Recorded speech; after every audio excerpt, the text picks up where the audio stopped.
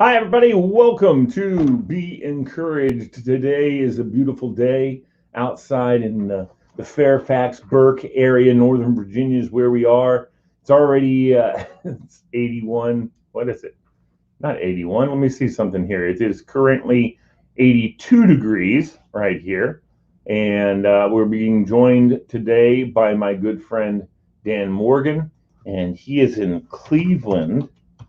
So the temperature in Cleveland right now is 77. They're going to have a high of 81. We're going to have a high of 94. So I don't know how I feel about that. The visibility is 10 miles, and it's the same visibility here. So we're talking about the humidity rate is going to be humidity is 82% in Cleveland. It's only 65% here. Now that's odd, isn't it? It feels like it's humid as snot right now, but no, not as humid as it is in Cleveland. Wow, I'm somewhat surprised by that. Somewhat. Um, yeah, I don't know how humidity works around the country and all that stuff. So I don't know. Cleveland, I think, is on the water too. So that might be one of the reasons it's so humid in Cleveland. So you never know. How are you guys all doing? I hope you're doing well. I hope you've done well. I hope life is treating you well. I hope that we can get a chance to encourage you a little bit today on Be Encouraged. And having a chance to say hello today is a good one because we've not been on the air a couple of days now in a row. And partially that's my fault. Partially that's a technical issues. And one of them actually was a oversleep. Sorry. Yeah, hate to admit that, but it really was. I just didn't have anybody at home to say, "Hey, Lee, aren't you getting up?" So yeah, I didn't. So I stayed sleepy in my room until the very last second, and then there's no way for me to get into the office. I have had a chance to go get some breakfast, so that's good. And one of the things you know, thought about the last couple of days about what's going on in the world and why I try and figure out, try and kind of feel the pulse of what's going on. One of the things that's horrific that we want to try and encourage people because a lot of people are very discouraged by the news, but that the condo in Miami that collapsed, half of it collapsed in the middle of the night. Everyone was sleeping and they still have 100 some people that are unaccounted for. So it's a dire situation there in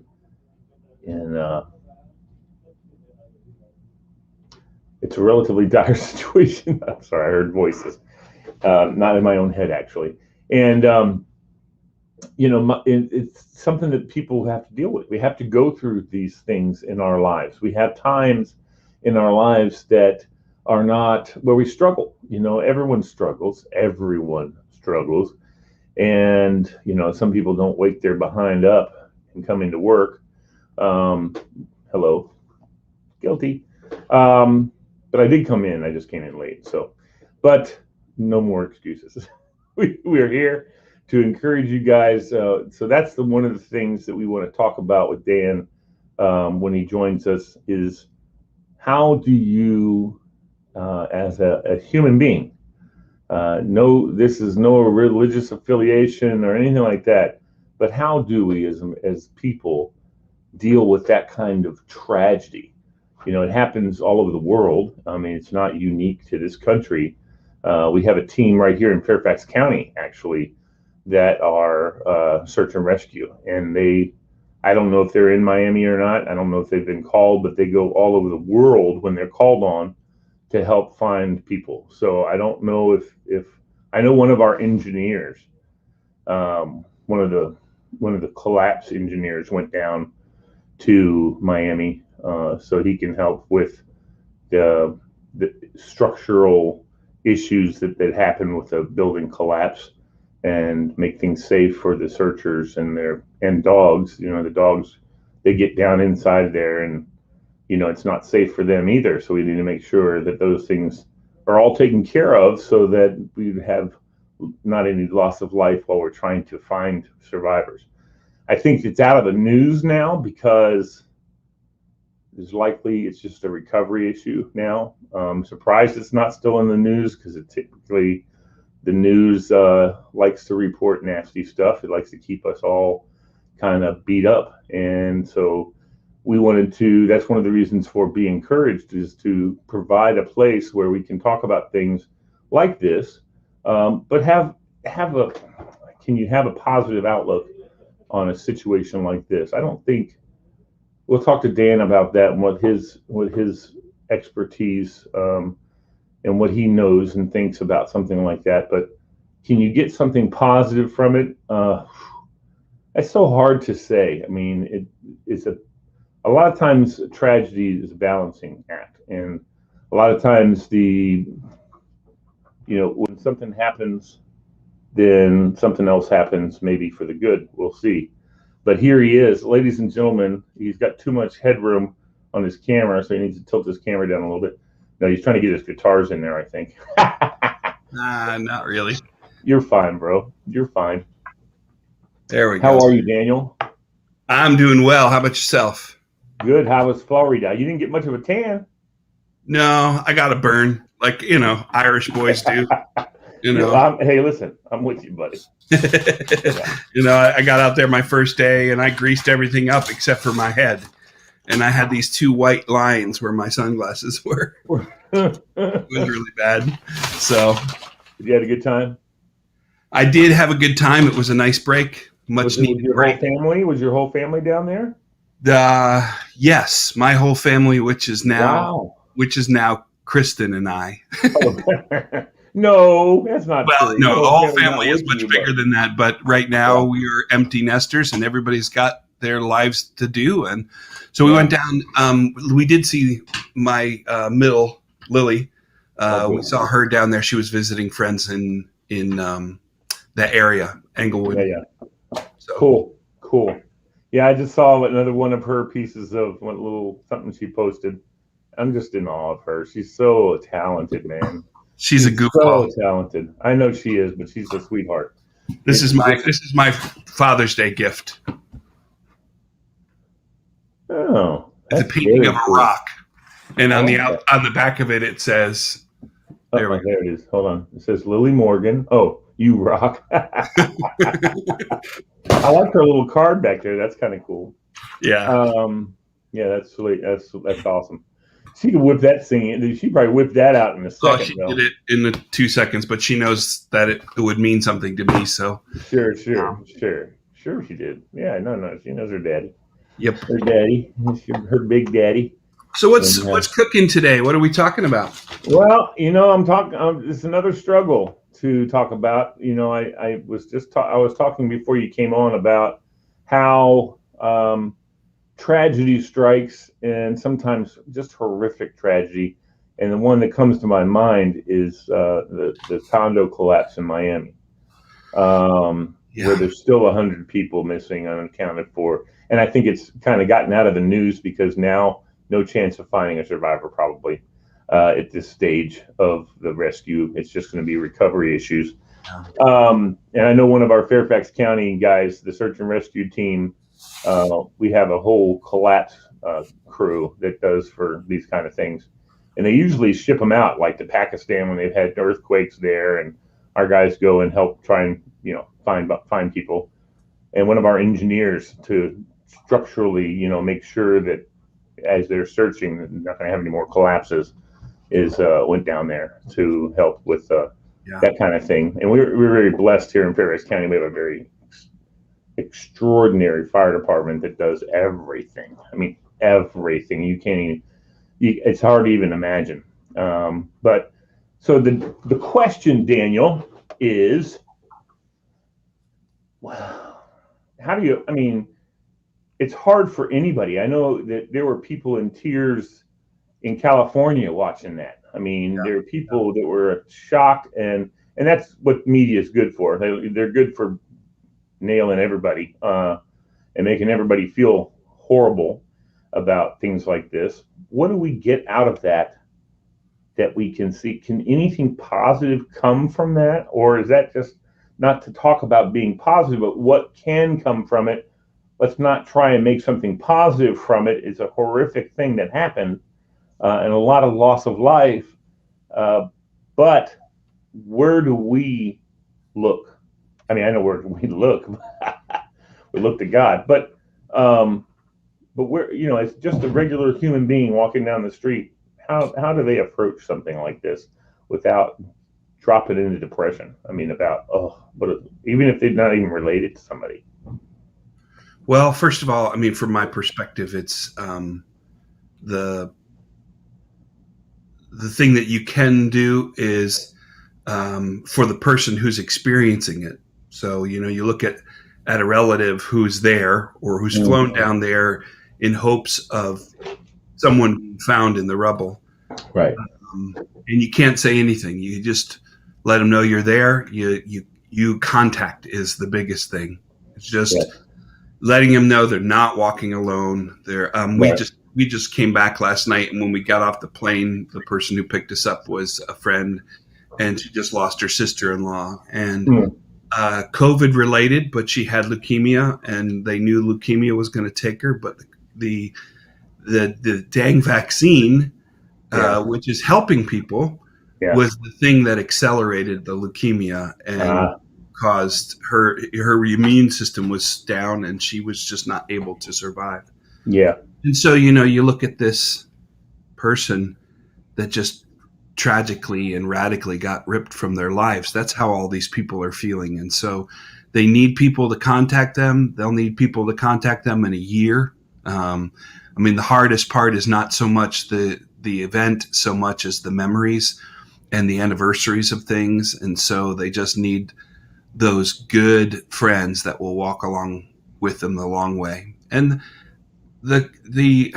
what's the good that comes out of this? Well, I mean, as a believer, I would say the good comes from reassuring people that God's mercy trumps his judgment. He's always been merciful to those who haven't been walking his way. And he has a level of kindness that we haven't even begun to tap into. Right. So, you encourage them to grow their faith and explore it and seek it out and dive deeper, so that they have the ability to understand for themselves what you and I have come to understand, which is it's for real. God is for real, and his answers and his goodness are for real. And then on top of it, trying to overcome the things that are destructive. The things that are destructive right now are fear and shame and blame. Fear and shame and blame are it would be so easy to spend the rest of my life if I lost a loved one. Let's say Kristen were in that condo and I lost her. Can you even imagine that? I mean, I can't even imagine that. I can't. And if she were there, I mean, the easiest place for me to go in my anger would be to blame and sue. Now, a lawsuit has its, reasons. Some people say that Christians don't sue. I don't know that that's always true. Christians ought to be in the world of forgiveness and transformation. Right. But lawsuits pay what insurance is paid for. So it's not about the person. It's not about the building manager. It's not about the inspectors. That's the blame game. Yeah. But the righteousness piece of this might be that some people lose their shirt over a building that should have been retrofit with some things. That the words are coming out for this building. That they needed $4.4 million worth of work to fix it, and it wasn't done. Right. How do you do that and still have residents living there and not lose your shirt anyway? I get that there are human mistakes in the midst of this. Right. What I hope will come of it, rather than fear, shame, doubt, and blame, is that people will be aware that these inspections happen annually, and as owners of a building like that, they have rights. Yeah. And those rights need to be explored, and they need to be, if I were in the sister building next door, It's already happening. It's already, people are already saying, oh no, I'm not going back in there. I'm Right. not going back into that house. I've got to get my stuff out of there, and I'm not going back in there. And so, So the good that comes out of it is just the practical, is yeah, that that's true. some things, the truth gets revealed, and then the ancillary truth is there's a whole lot of buildings that are being looked at. And my brother's best friend, when he was college age, my brother was a police officer at the time. Um, you there? Yeah, I'm here. Okay, so Did you lose me? I had something that just popped up here. Okay. There we go. Um, my brother's best friend, they had a manufacturer's error in the pins that they were using as they were putting this cement platform building together. It was a Right. parking garage. And so they're using these giant cranes and they're dropping slabs of cement that are 40 feet by 40 feet wide. They're Right. already prefabricated. It's incredible strength, but the pins that they rest on were mismanufactured. Hmm.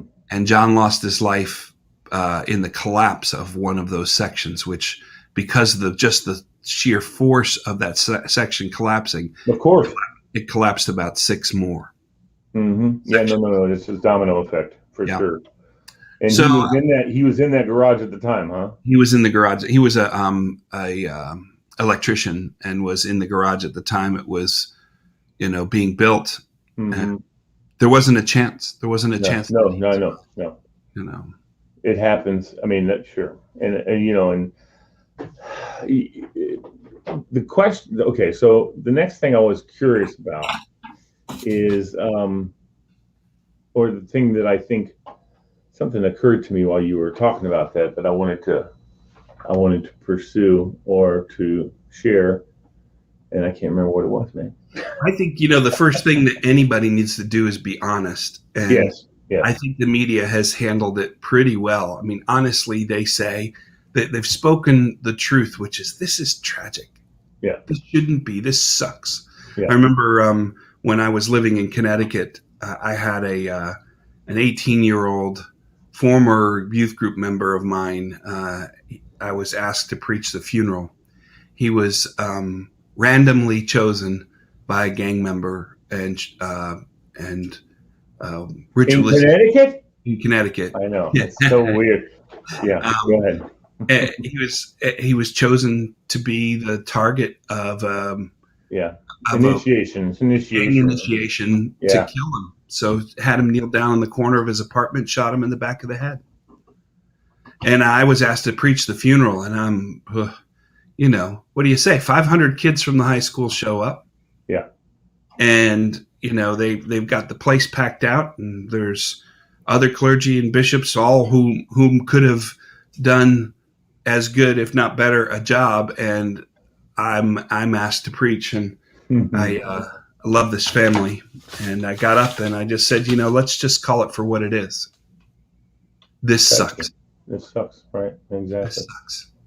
And acknowledging the truth of the moment was a gift at the beginning of that. We had several kids who came up afterward and said, man, I was expecting for you to put me to sleep with empty words of,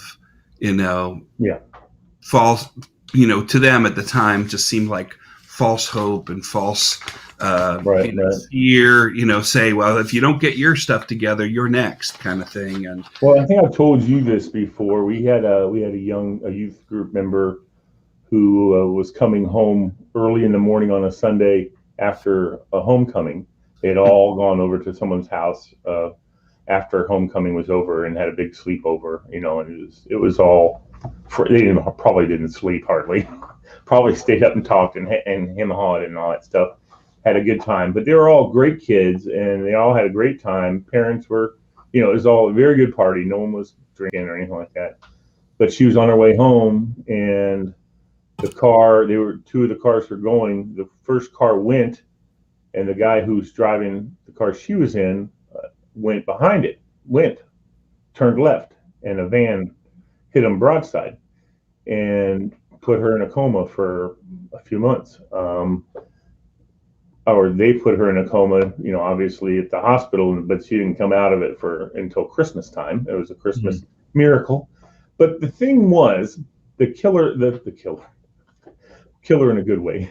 The good thing that came from it. I felt so powerfully strong about this. Our rector, who became a bishop, not known for his homilies. I mean, he wasn't the preacher; he was the administrator, and he's a very good administrator. And we had an associate pastor who was just, oh my gosh! Even our rector's wife said, she's my pastor because he can speak to her anyway. So and not that he wasn't great at it. I mean, he was good, but whatever. You know what I mean? You know exactly where I'm coming from. Anyway, but we had a prayer service, and our church, which is a pretty big church, packed. 750 kids from the high school came. Yeah. And then when he came out to talk, and I thought maybe he'd have our youth group pastor do it, but he came out, and I was like, uh-oh. Yes. Yeah. Just like those kids were saying, I was saying, uh-oh. But man, oh man, he let God talk to these kids through him, because I'd never heard him be so eloquent and so feeling, in his words. And because it must have just touched him too, this is one of his youth group kids.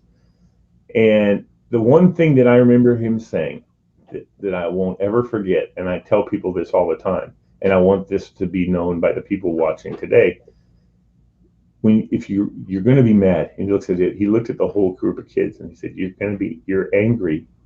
You're going to be angry. You know, say why, and you don't know why this could happen. This is your good friend, and she's suffering, and she's on the verge maybe of not making it, and you're angry about it, and you're upset, and you're here because of that. You're here because you need some answers. Yeah. And somehow sometimes there's not any answers to it. There's no reason for why. But so many things. He said, but know this: if you're angry, if you're upset, don't yell at your parents. Don't get mad with your siblings, your friends. Okay? If you want to get mad and you want to scream at somebody, get mad and scream at God, because he knows your heart, and he loves you unconditionally. And it doesn't matter what you say to him. He knows and still loves you, and he knows where you're coming from. And I was just like, holy crap, Dave, that was beautiful, and it just, so many kids just started crying, when he was saying that. And these kids were so zoomed in on him, and I was just like, I wanted to stand up and do this. That's the man right there. Good job, Dave. Because they needed somebody or something to direct the violence that they feel inside, and that's what those families are feeling right now down in Miami. And so that's what I would say to those families too. I mean, don't take this out on anybody else. If you got to yell, you got to scream, you got to let go, then just direct it at God, because he knows how to handle it. He knows you love him. All this stuff about how, don't disrespect God. Don't talk bad about God. Listen, he knows your heart. He knows our hearts, and he loves us anyway. So I understand that you don't want to be sacrilegious, and you don't want to necessarily, that's good for your own soul. It doesn't hurt God's feelings. I mean, he doesn't, it doesn't bother him at all. And, so that's. Well, I mean, I think, if you and I could put a chip into most people who read and let them read with the inflection of the original language. David, of all people, who'd sinned against God and, broken the commandments of adultery and all that kind of stuff. Yeah.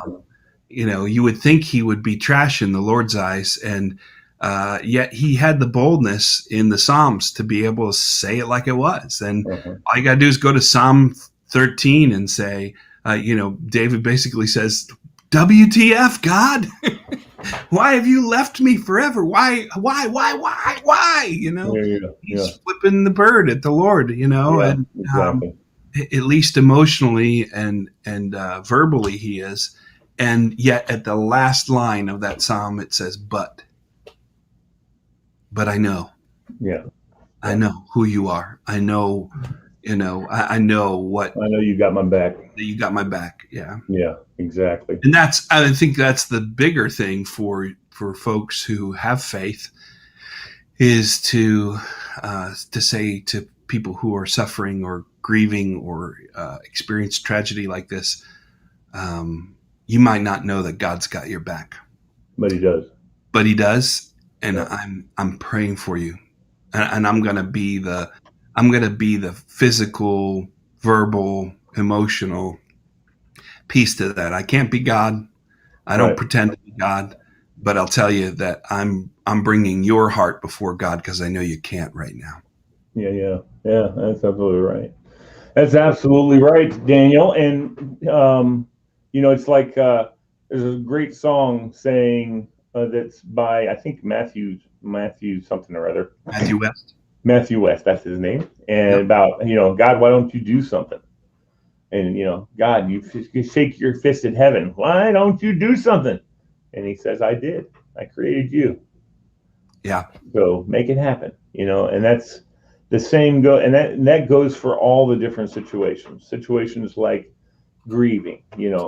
Why don't you help this lady? Why don't you give her some peace, God?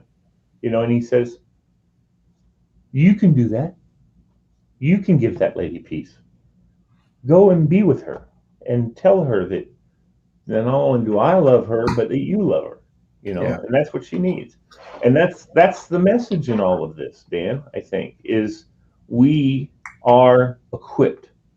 We are equipped to be the hands of God. We are equipped to be to go out and pray for people and allow God to work through ourselves. And the important thing, though, is that people need to understand when we're still human. So if they have a great experience with Dan Morgan and they have a wonderful experience with him, and then one day they're walking by and you see a barbecue's going on, Dan's drinking a beer, and they're like, "Oh, Dan drinks beer," As often as I can. Yeah, or he's smoking his cigar, and he's drinking his beer, and they're going, wow, that's not the same man of God I was just talking to about an hour ago. And yes, he is. He absolutely is. But you know exactly what I'm talking about. I'm sure you've had people say that to you before too. Daniel, what were you doing? Well, I was being a person. I'm having a good time, just like anybody else. What do you think? I'm sitting in a little cubicle going, oh, thank you, Lord Jesus, you're the greatest thing ever. That would be great. And people do that. I think about the monks in the monasteries, and they've given their entire lives to God, and they do as much as every day they're working on that. And that's wonderful. That's powerful and neat. Mm-hmm. But not everybody's like that. Not everyone has the gift to do that. No one, I mean, not the gift, but the spiritual gift. Yeah, the gift to do nothing but praise their God. There are people who do that, and that's great. That's wonderful. But that's not everybody. Everyone is different. Everyone goes at things differently, but everyone is equally blessed by God. So, yeah. Anyway, we're at the well, end. It reminds me of that story. John Wimber, who is the pastor or the founder of the Vineyard Church, who used to play. He was a keyboardist in the Righteous Brothers. Oh yeah. And Wimber's two famous things that really stick out is one, he went to church one Sunday and he found the Lord, and he got to church and he's at this, I can't remember what denomination, so I won't make anybody feel bad. He got to church and he says to the usher after the service is just about over, he goes, so when do we get to do the stuff? And he's like, do the stuff? He goes, yeah, dude, I met Jesus. I read the book. When do we get to give sight to the blind and raise the dead and make the lame walk and give hearing to the deaf? And the usher goes, we don't do that around here. And the other thing that Wimber was famous for saying, we don't do that around here, was this story about a woman came into his office and said, did you know that Florence was in the hospital for the last month? Oh, really? She said, do you know nobody from church came to see her? He goes, oh, So what did you do? She said, I went and saw her every other day. Oh. Thank you. And did you know that Florence has been home for a week now? Oh, yeah. I did know that. Well, did you know that nobody from church did anything? Brought her home or helped her with meals or anything? She said, what did you do? And she goes, well, I've made sure that she's had Meals on Wheels, and I've brought her some of her favorite dishes, and I drove her home from the hospital. And he goes, oh. And she goes, do you know that nobody from church has called her since she's been home for this last week? And he goes, so what have you been doing? And she goes, I check in with her every morning and every afternoon. He goes, oh, what would you like from me today? And she says, well, I'm just really sad that nobody from the church has done anything. He said, well, I've gotten your text messages. I've encouraged you to continue to do, or your emails, and I've encouraged you to do what you're doing. And you need to remember one thing. She goes, what's that? She goes, you are the church. Mm-hmm. And, that's what we need. We need to make sure that we've got people that are the church to walk alongside of other people, right. Casting Crowns sings that song, If We Are the Body. Why are the body, yeah. Why aren't his, hands healing, feet walking? Because we dropped the ball. And the reality is the best testimony that we can have as believers in the church is we can't do it all. But if everybody did something, we'd do a lot. That's right. That's right. Well, we have a lot of traditionalists also in the church, and they feel like that the priest is supposed to come see them, and supposed to come and say hi, lay hands, say a blessing or whatever. But you know what? The laity, especially in the Episcopal Church, the laity has all the power, and God has blessed the laity, and the laity can do everything. There's only the sacraments. The only thing the priest does, the laity can't do. Yep. That's the only thing. And I'll suggest to you that even in dire straits, the laity can do the sacraments as well. Mm-hmm. I know that's not the canonical way of things, but there's a certain thing to ceremony that is very healing. And if someone takes up that, I could do it. I've seen it and done it. I was an acolyte and watched enough services and stuff and seen them do it. I feel like I could for sure do that if it was it's something that I had to do. Right. If it's something that needed to be done in a situation like last rites, for instance. They say, and that's a very Catholic thing, more than anything else. But sure. I feel like I could give someone last rites, and you can as a laity. Actually, I don't think that's that's not one of our sacraments, is it? Last rites, it's unction is considered a sacrament or one of the secondary sacraments. But there is a laity. There is a version of it that can be done. Even baptism can be done in extreme circumstances by a lay person. I understand. I understand why. Anyway. So we just need to understand that we are the body, we are the body, all of us. And priests are laity too when they're not performing their sacramental duties, and that's the way it is. And we just need, it really is God, if you can channel God, which we all can, and let God go through us and lead and go through and say things. We know this, we've talked about this before, Dan. I've said things to people, I don't know what the hell I said, but they came to me and said, oh my God, Lee, that touched my heart. Oh, good. Yeah. What did I say? And I know you've done whole sermons and said, I don't even know what I just finished saying. Yeah. Certainly wasn't what I prepared. Yeah. Wait a minute, I didn't even turn the page. I'm already done. The little watch I have up in the corner says, I've been doing this for 30 minutes.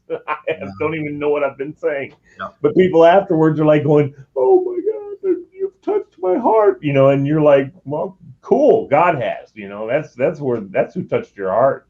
And I just, and a lot of times I think that bothers people also when something happens that they're like, oh, I lost control. I didn't have the control there. It just happened and I didn't have control of it, and that's not good. And yeah, sure, it's good, it's great.